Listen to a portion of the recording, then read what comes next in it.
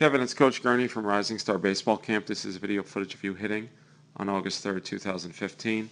And we're going to look for 3 or 4 mechanical adjustments we can make to improve performance. I've got you paired up here with David Wright of the New York Mets. And as you can see, I've drawn a line right where your hands are.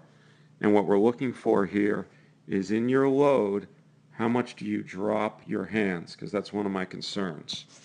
And we'll see that Wright doesn't really drop his hands that much. As a matter of fact, he actually loads up and he gets a little torque as he goes through the load right here. So your foot is off the ground considerably more than his, and your hands drop a great deal below that line. And as I go further here, your hands are still below the line, whereas Wright, as he loads, he actually goes higher. He does get a little bat wrap, but he's also gaining torque with this move. Now, let's look at how far apart your feet are. David Wright's feet are clearly a little more than shoulders width apart.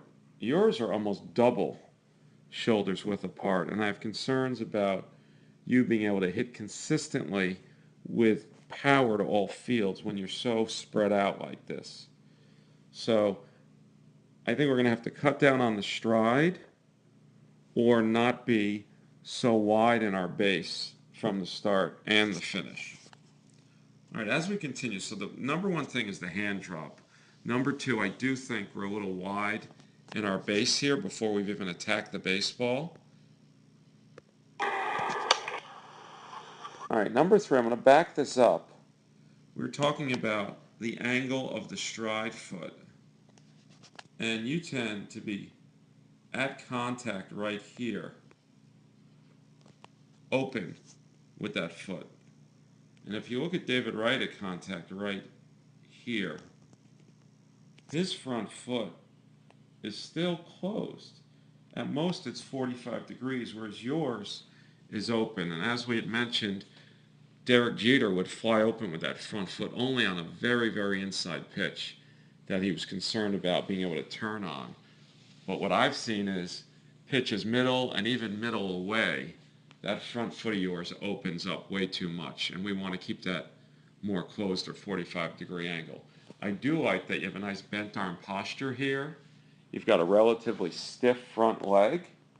If we look at David Wright, he's got an even stiffer front side, but yours is relatively stiff, and you're both doing a nice job of getting that heel to the sky and have that bent back leg approach. So you're both doing a nice job over the ball here, and as we see, you guys have a very nice high finish right there, and you rotate well. I think you would agree that Wright does a really good job of keeping his weight going towards second base side of the field, and you're turning more towards the third base line.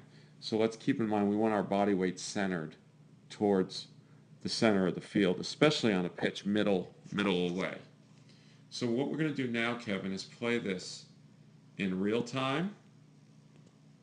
And let's watch for the hands dropping.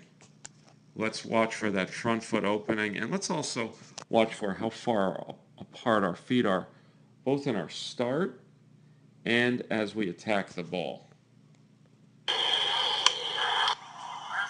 So those are my 3 things moving forward. Don't drop your hands in the load. Let's make sure we don't get too wide and have too big a leg lift as we go into the attack phase of the swing. And last of all, that front foot, let's make sure we're only landing with that open on a very inside pitch. But for the most part, we want to keep that 45 degrees and closed. So it's been great having you at camp again this summer. Looking forward to working with you the next 4 days. And we can use these days as an opportunity to work on these hitting mechanics.